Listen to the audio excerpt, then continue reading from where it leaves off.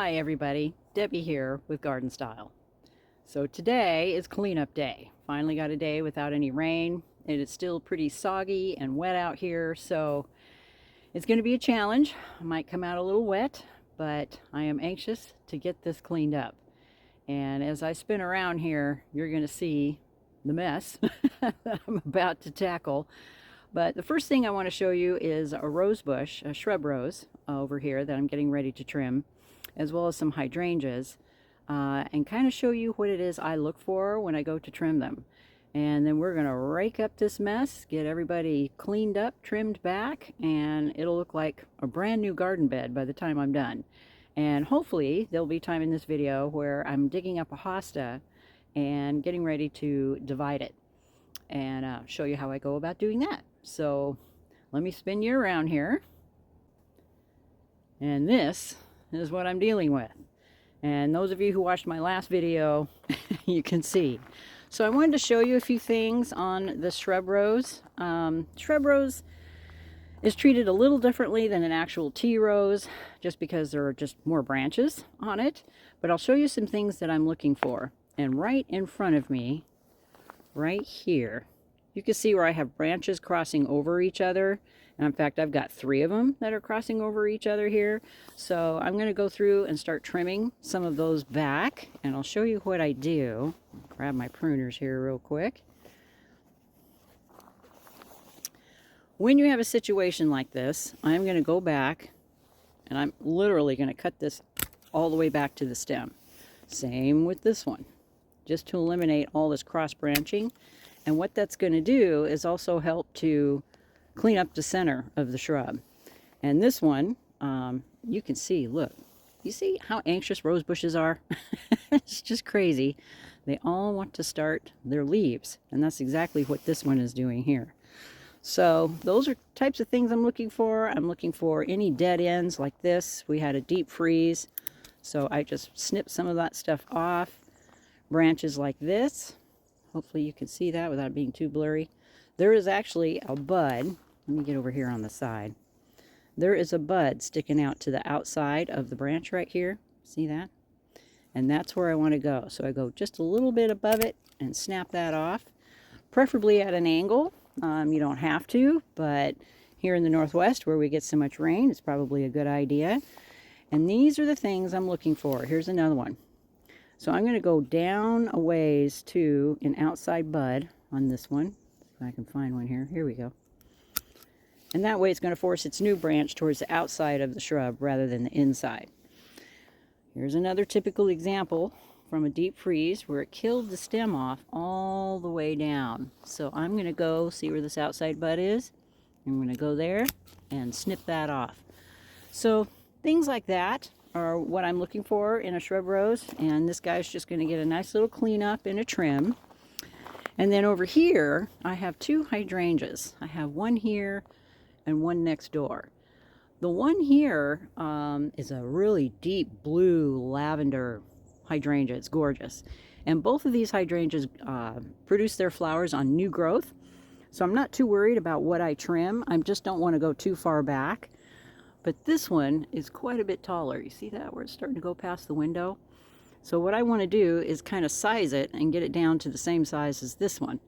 So again, look at all the green leaves. Isn't this crazy?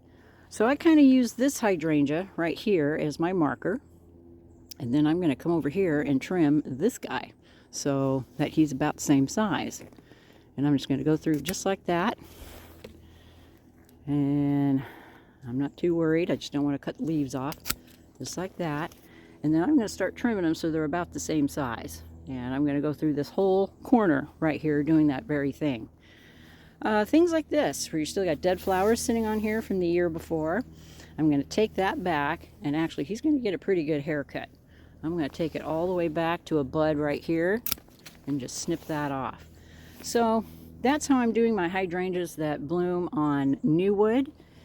I wouldn't be pruning these if I knew they needed their old wood in order to bloom. That would be the fall that you can do trimming like that on hydrangeas. So anyway, I'm going to step back. I'm going to set this up and you guys can see how I can hustle through here and get this thing cleaned up. Here we go.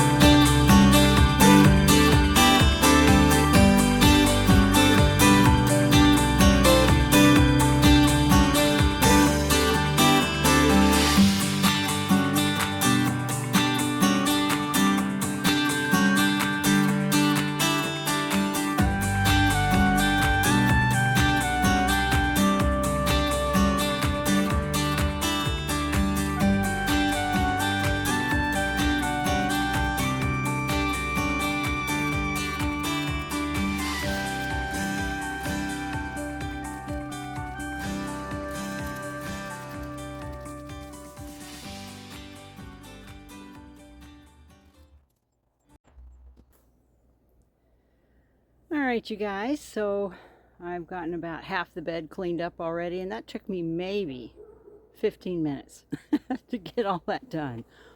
So as daunting as it may look, once you get going, it goes pretty fast.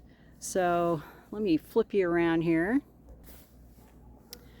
Alright, it's a little bit cleaner. Got the shrub rows cleaned up. The hydrangeas have now been pruned, so they're a little shorter. And just cleaned up all the wet and the muck. And the fun part about doing yard cleanup, I feel, is you come across things that you completely forget about. Which is why I put tags in here. And these are for the perennials, you know, that die all the way back and you have no idea that they're there. And in this case, this is one I did a video on a while ago. It's got a really lovely name, bastard bomb, or Miletus. And it's a fantastic, like, orchid-looking flower. Once I get all the dirt off the tag there, you'll be able to see it. Well, what a fantastic shade flower. It almost looks like an orchid. And I probably have 3 or 4 of them in here. And it's just hard to tell sometimes when that is all you see in the soil. So there are times where I like to hang on to my tags so that when I am out here cleaning up, I'll see where they are. Okay, so we've got the ferns cleaned up, hydrangeas cleaned up, leaves raked. I pruned off some yucky leaves off the Boston ferns. And the forest grass is pretty easy to clean up. And I leave a few stems sticking up just so I know where they are. And their new growth and everything will just take over. You're not even going to see this. And they'll just be gorgeous. Now another thing you start to uncover is this. See that? This is grass that just loves to crawl in here from the lawn. So I'm going to pull what I can, but it is so soggy out here right now. It wouldn't make any difference for me to come in here and not edge this bed. But once I edge it, that helps resolve, you know, the grass from crawling in. And you always get a little bit, like here's a nice little batch right here. See that? So by hand, I pull out these little stragglers and have managed to work their way into the garden. But as far as edging it, I'm going to need at least a week of dry weather before I'm going to be able to edge the bed. So anyway, got a little further to go here.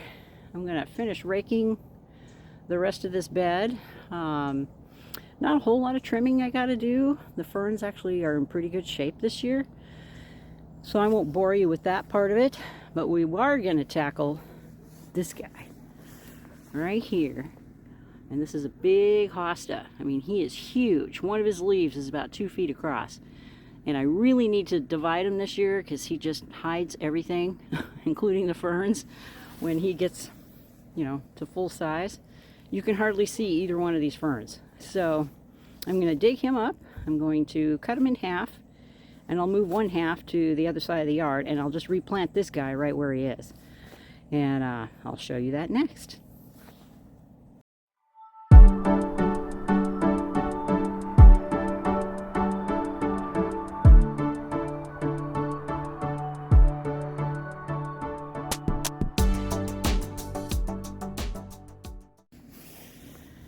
As you can see, I've got a really big root ball here.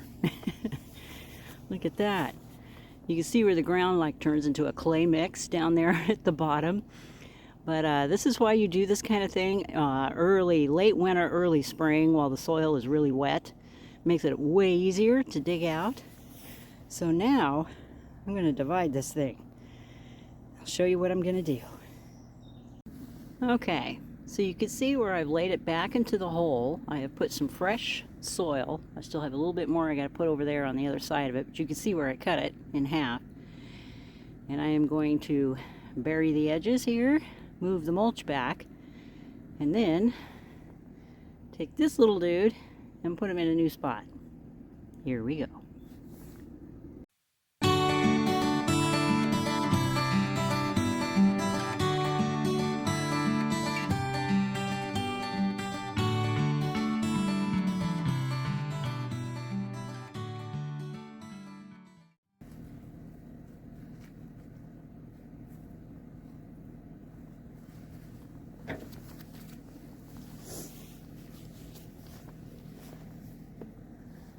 Okay, one down.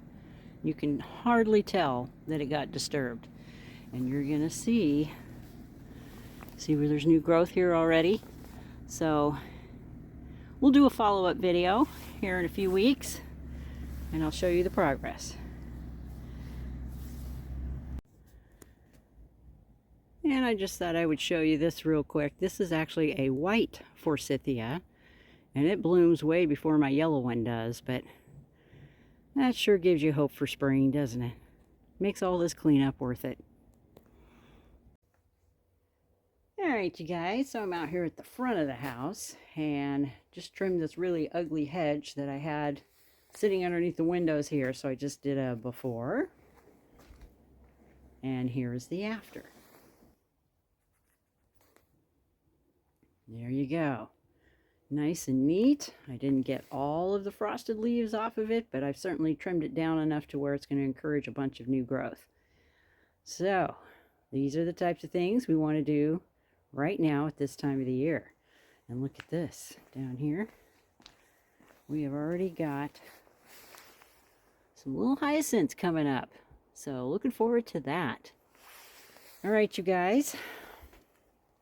I wish all of you a very prosperous spring. In my next video, I'll be going over what I'm going to do in the veggie bed and the perennial beds. Ugh, that's a big job in and of itself, just all the perennials to trim down and clean up. So get out there, get your hands dirty, and I hope to talk to you soon.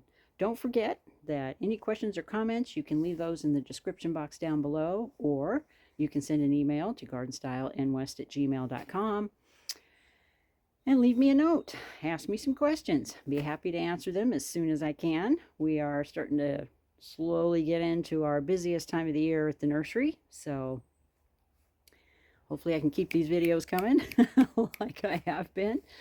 And that's about it. Oh, go to sunnychristnursery.com and sign up for our newsletter. In fact, I'm getting ready to send out another mid-February newsletter to kind of bring you up to speed as to what we're doing at the nursery, new things that are coming in, and what we can keep doing during the month of February. All right, I think that's it. Talk to you soon. Bye for now.